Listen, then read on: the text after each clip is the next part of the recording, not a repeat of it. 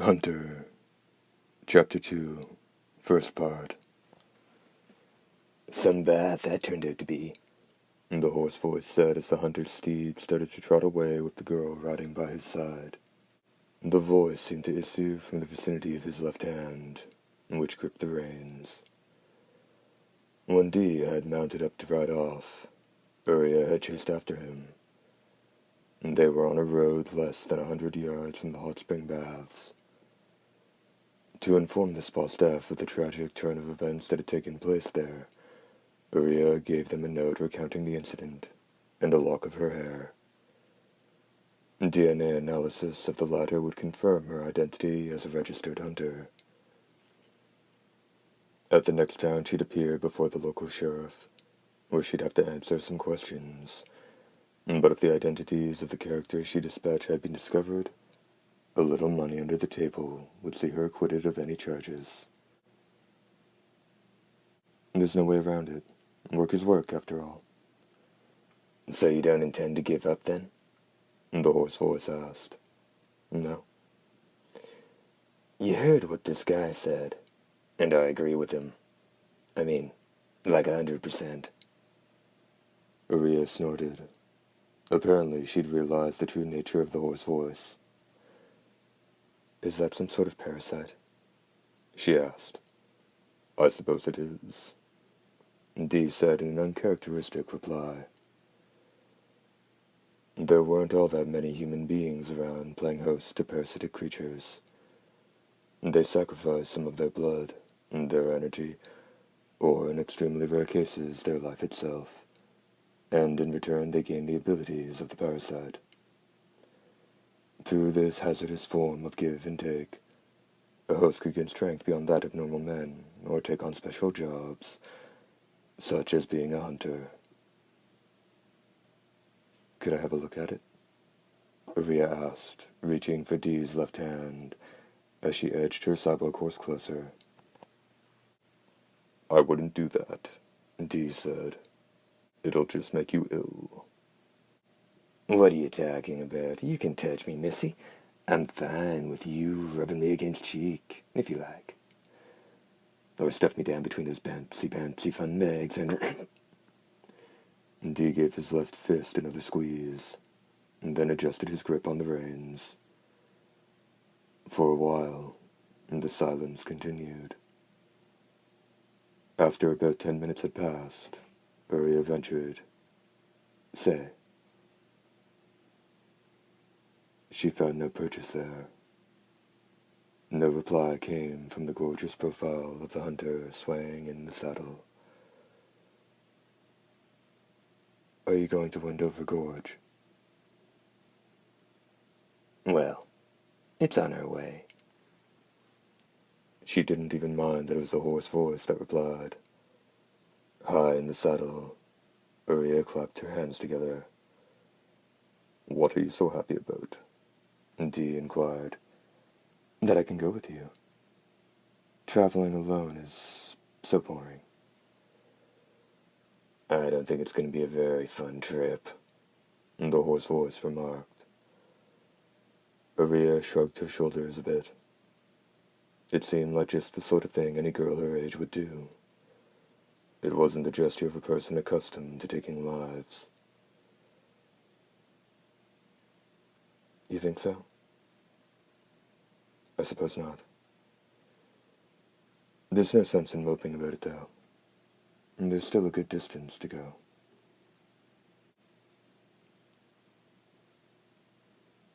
Be not this long.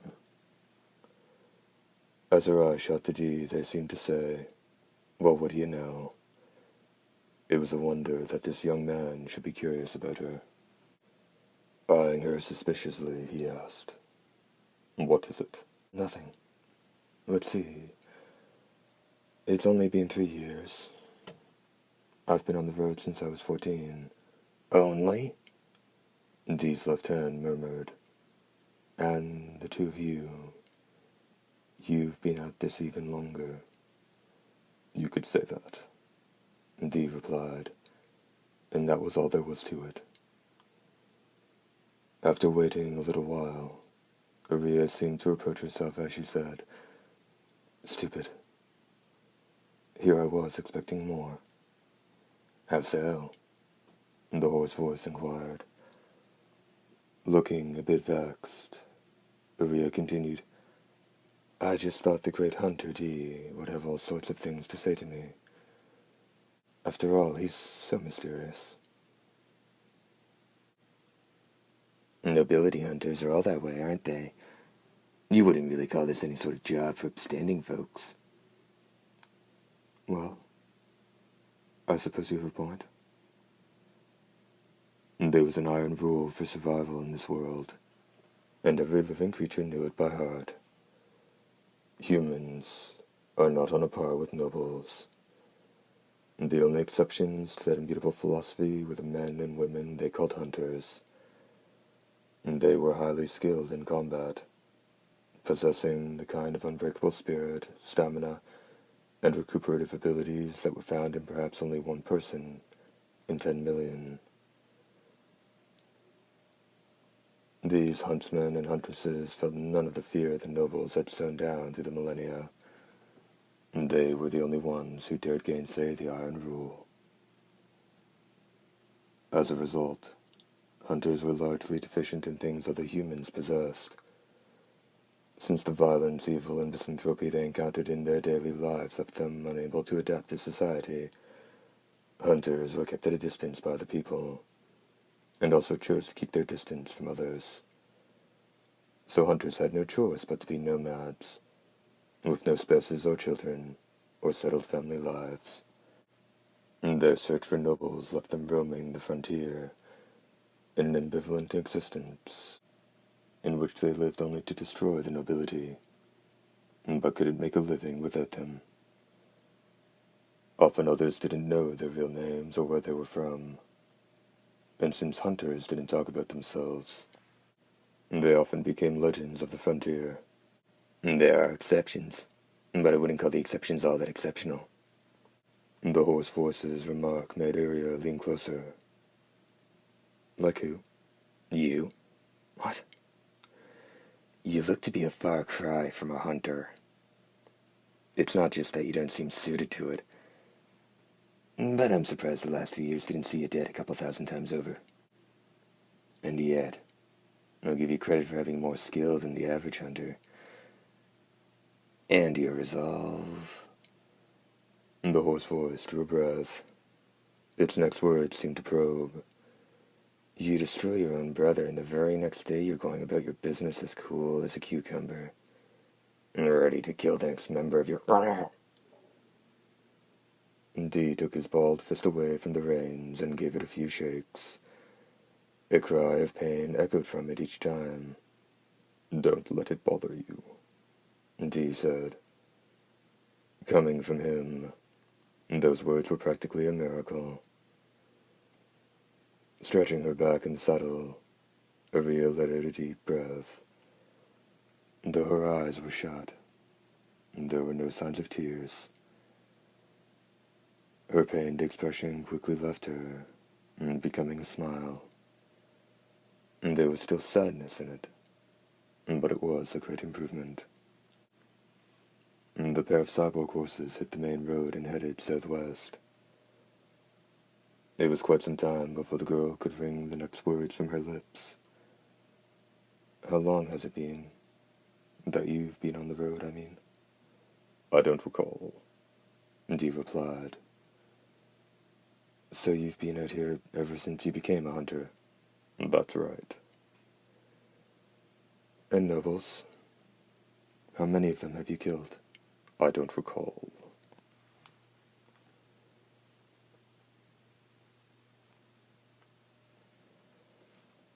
His icy reply silenced Iriya. Then she said, "Yeah, that sounds like it'd be for the best. Just forget everything." It seemed as if she were giving that advice to herself. Sunlight bleached the road. It was nearly noon, and there was not a single gap or crevice in which to shelter from the light. It was a human race's time. Travelers going the opposite way passed them from time to time, and while each and every one of them became enraptured, there was no denying that some also showed astonishment.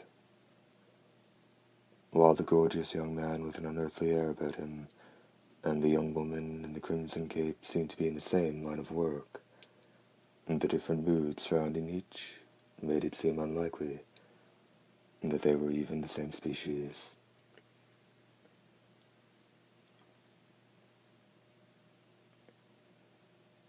Uriya only opened her mouth again when Dee put his hand to the brim of his traveler's hat and angled it down.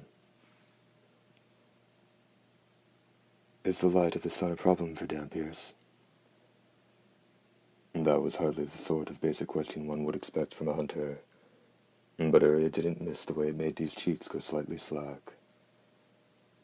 Yeah, I thought as much. In that case, why are you traveling by day? It'd be much easier to ride by night, wouldn't it? Uriya caught Dee's eyes shooting in her direction for a second. In that instant, she was frozen to the marrow of her bones.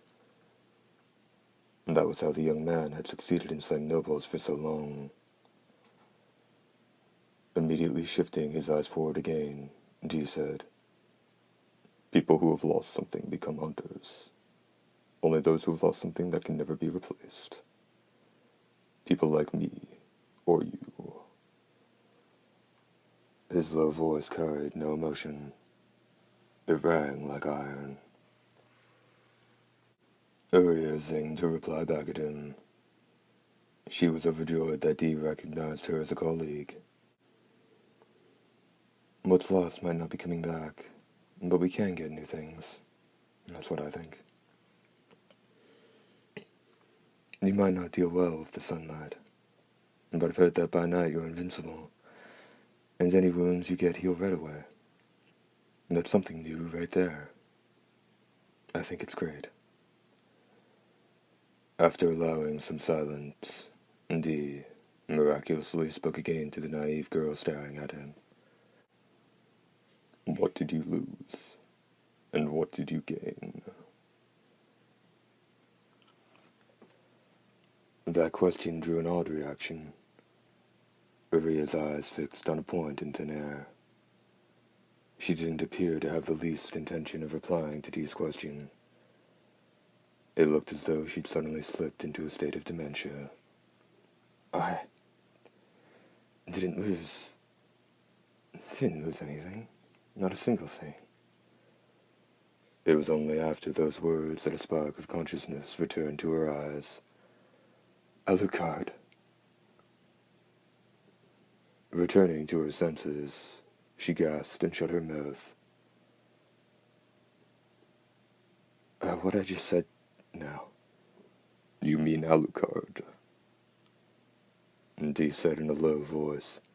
Oh damn, please, just forget that. He didn't so much as glance at the flustered Uriya, nor did he say another word. And Uriya laid a steadying hand over her own heart. Just then, heaven and earth dimmed without warning. We're in for rain, Uriya said, and when she looked up apprehensively, the formerly blue sky was nowhere to be seen. They saw stark flashes at the edge of their vision. Lightning on the plains? That must be. Her countenance utterly drained of color. It's the lightning ticket of the lords, the hoarse voice told her with delight, speaking for the first time in quite a while. Long ago, there was an army of giants produced by the nobility that rebelled against their creators, and somewhere hereabouts was the battlefield where the two sides clashed in final combat. They say the fighting went on for a whole month without respite. In all the history of the nobility, the only other external threat they spent longer fighting was the alien invaders about 2,000 years ago.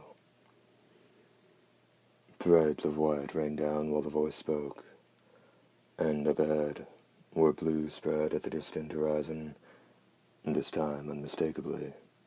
There was lightning to be seen. Some say the lightning comes from an assault satellite up in orbit. Others claim it's a weaponized weather front. Whatever the case, once every 7 days lightning runs between the ground and the sky, covering the plains like a forest. Just our luck to run into it.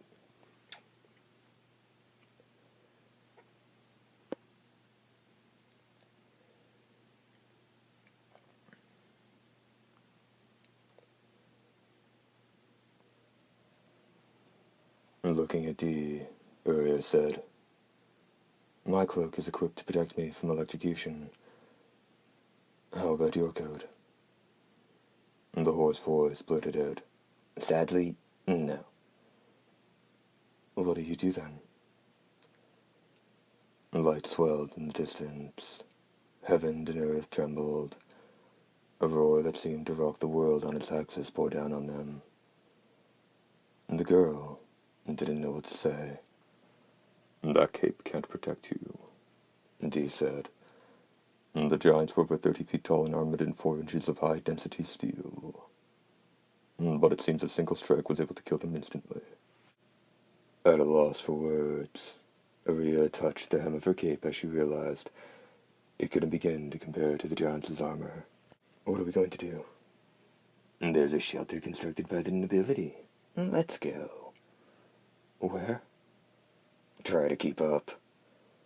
The hoarse voice told her irritably. Dee cracked the reins, and his cyborg steed galloped forward in a cloud of dust. Iriya couldn't believe her eyes. Dark clouds eddied, and the heavens issued the unsettling roar of thunder, and that was exactly the direction in which they were headed. Was he out of his mind? "Just a second. Are we?" Flustered as she was in the saddle, Iriya realized she had only one option. "What else can I do?" "Here goes nothing." Giving the flanks of her steed a kick, she started off in wild pursuit of the hunter. Pale streaks flashed to either side of them, and the ionized air prickled her skin. Numbness sank its slender fangs into the marrow of her bones. Though the lightning still looked to be almost a mile off, she could feel it keenly. Never mind a direct hit. A strike in their general vicinity would leave them burned to a crisp.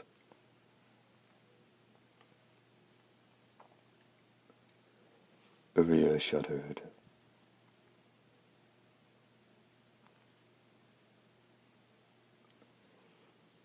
Dee galloped along 50 yards ahead of her. It was all she could do to stay on his tail. Suddenly the ground to her left rose up. Mashing aside a mantle of black earth, an enormous creature appeared. It was less than 100 feet away. As its shovel-like feet pawed at the air, the beast was struck on its round head by a bolt of lightning. Iriya could hear its death throes behind her. Just as she thought of how she'd probably be next, a flash of lightning put a dome-shaped form ahead of Dee into stark relief. That's it. Hope vaulted over her fears, and Iriya mercilessly goaded her horse on. As she drew closer, she saw the same dome the light had picked out was over 60 feet in diameter. Dee had already dismounted, and leaving his steed where it was, he headed toward what looked to be the entrance. First part, end.